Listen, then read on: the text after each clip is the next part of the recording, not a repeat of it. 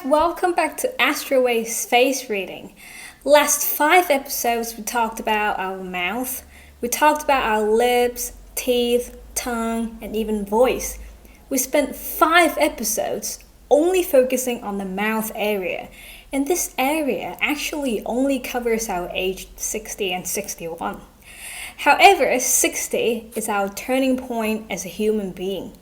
Back in the old ancient times, 60 is actually the turning point for life and death. Nowadays, we got the technology, we live longer than before, and still 60 is around the retirement age and is still a big turning point of life.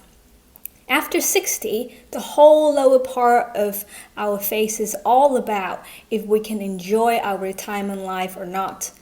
About our children, do they look after you? And are they close to you? Do they care about you, etc.? Overall, the whole chin and jaw area, we say, have some meat is always better than skin on bone.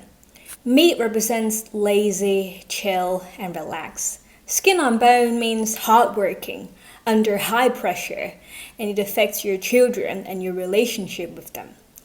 When you think about the retirement age, I bet you'd rather be chilled and lazy rather than working your ass off every day, right? You see, most of the rich people, especially the rich old people, they all have thick chin, meat around their face area, even necks. That means they're enjoying their late life. Bear in mind that enjoying life doesn't mean you have to be retired. Some rich people, they're still working even when they're old.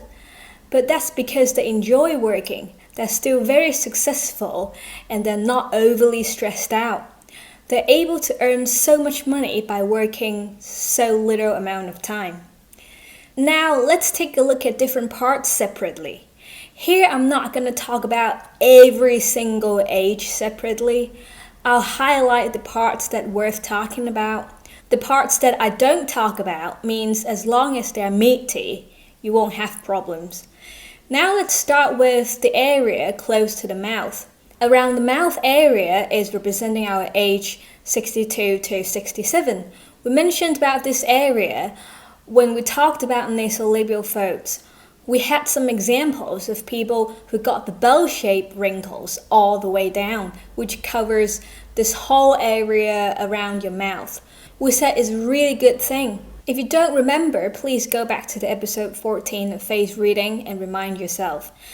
70 to 77, excluding 74 and 75, is our whole chin area, which is the area that we'll dive deep in this episode.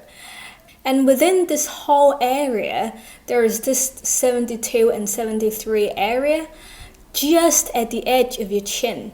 These 2 parts are called the house of employment. This part is very important for those people who have their own business or anyone who's higher up in the management hierarchy. If you have this part filled and meaty, that means your employees or people working under you, they all listen to you and behave themselves. If this part is sunken, that means your people don't really listen to you. They don't really respect you as a boss. So that's the house of employment. Now let's spend the rest of the episode focusing on our chin area. For chins, if you remember back in the face reading episode 3, we talked about the 5 elements type of faces. We also slightly mentioned about the chin. We said chin going in, especially if it connects to your neck like a slope, that means you tend to act without thinking.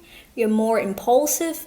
Chin going out too much means you think too much and probably quite slow at making decisions. Best chin is neither going in nor going out too much. And has meat, not skin on bone. It can be slightly going out, but make sure it's the meat that goes out, not the bone. A lot of people have like a rounded meat going on the chin area. This one is good for it when you're at the old age. And if your chin is long chin means the power of taking actions, especially those big, long, wide, meaty chin. usually is quite good for doing business. They're quite brave and making decisions. A lot of successful people have this type of long, wide, meaty chin. But what happens if you have a giant, long chin, but you don't have meat? Then you must be a witch. Witch tend to be lonely, especially at their old age. The family is not around, and you need to watch out for your health when you're at your 70s. Witch chins not only doesn't have meat, they're also very sharp. People with sharp chins, they tend to be more selfish than others.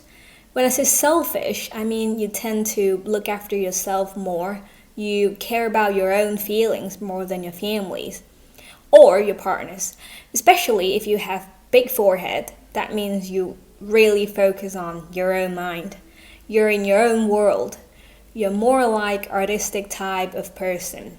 You see a lot of celebrities have this sharp chin. It's considered as more beautiful, but because sharp chin people are more focused on their own world and their own feelings, they don't usually do good in a marriage because they won't put other people before themselves. They don't really sacrifice for anyone. If you have wide and square chin, then you're the opposite of sharp chin. You think for others, you work hard, you're more responsible, more athletic, you tend to do more sports, you want to look after the family. So if you have a sharp chin, you can look for a square chin to be a partner so they can look after the family for you. Otherwise, if you are a sharp chin and you married another sharp chin, then who's going to look after the kids? And if you have rounded chin like a ball, rounded chin usually don't need to work hard. They're quite lazy people. They usually have enough of money to spend and enough of time to slack off. Rounded chin people usually have very chilled and happy retirement life. Most people hate having double chin or triple chin or multiple chin. But it's actually good. It means you don't need to work hard. You have money. Do you want to work hard and have no money? Look at Buddha. He got double chin. You don't see him complaining about anything. You don't see him running around stressing out every day. So don't do plastic surgery or anything to remove your double chin. What you're removing is not only fat, but also your fortune.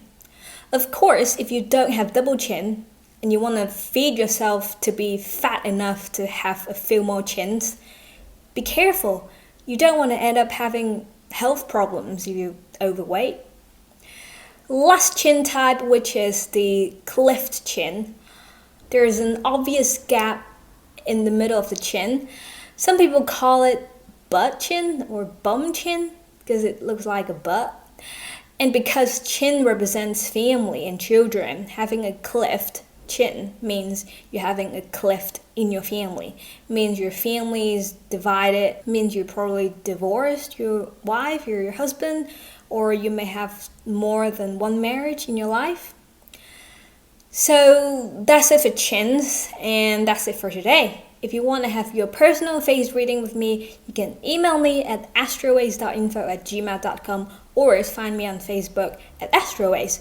If you like my video, please give me a thumbs up. If you want to know more about metaphysics, please subscribe to my channel and I can be updated.